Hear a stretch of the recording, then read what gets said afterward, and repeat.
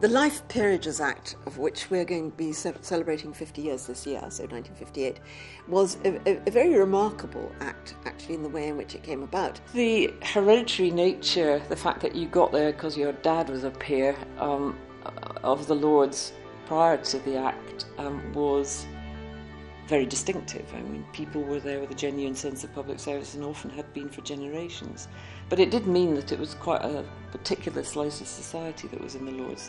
It led from very small beginnings, under 20 original life peers made in 1958, to the house that we have today, which is almost exclusively life peers.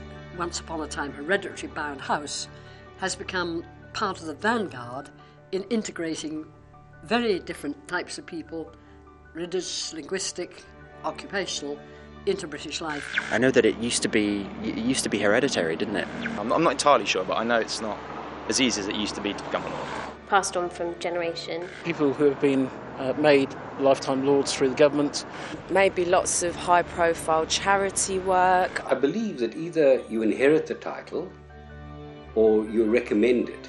Through family rights? Absolutely no idea. People from all walks of life now find themselves being appointed to the House of Lords, either through the party machine or through the Independent Appointments Commission.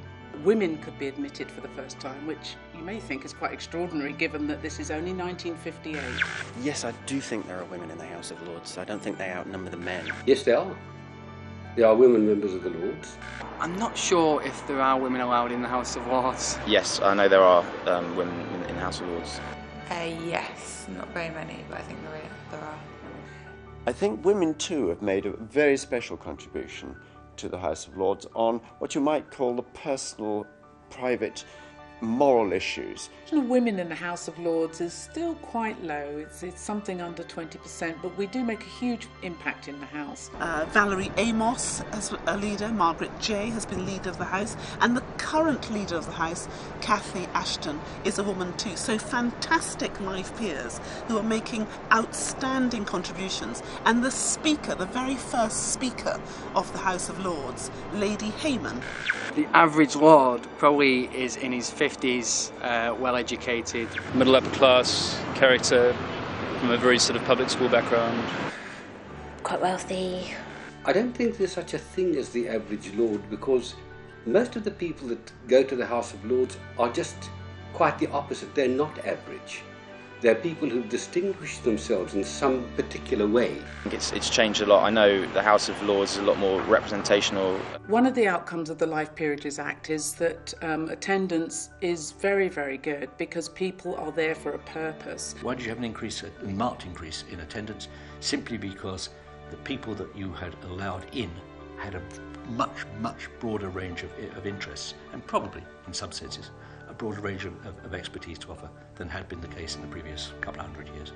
Life peerages people brought, first of all, awareness of women's rights, rights of disabled people, rights of elderly, questions of children, questions of lifestyle and homosexuality, very staunchly for civil liberties. All of the changes that we've seen in the last 50 years that have stemmed from that single act of allowing commoners to become part of this second chamber started off House of Lords reform, which is continuing to this date. In many ways, the House of Lords has never been more active than it is today.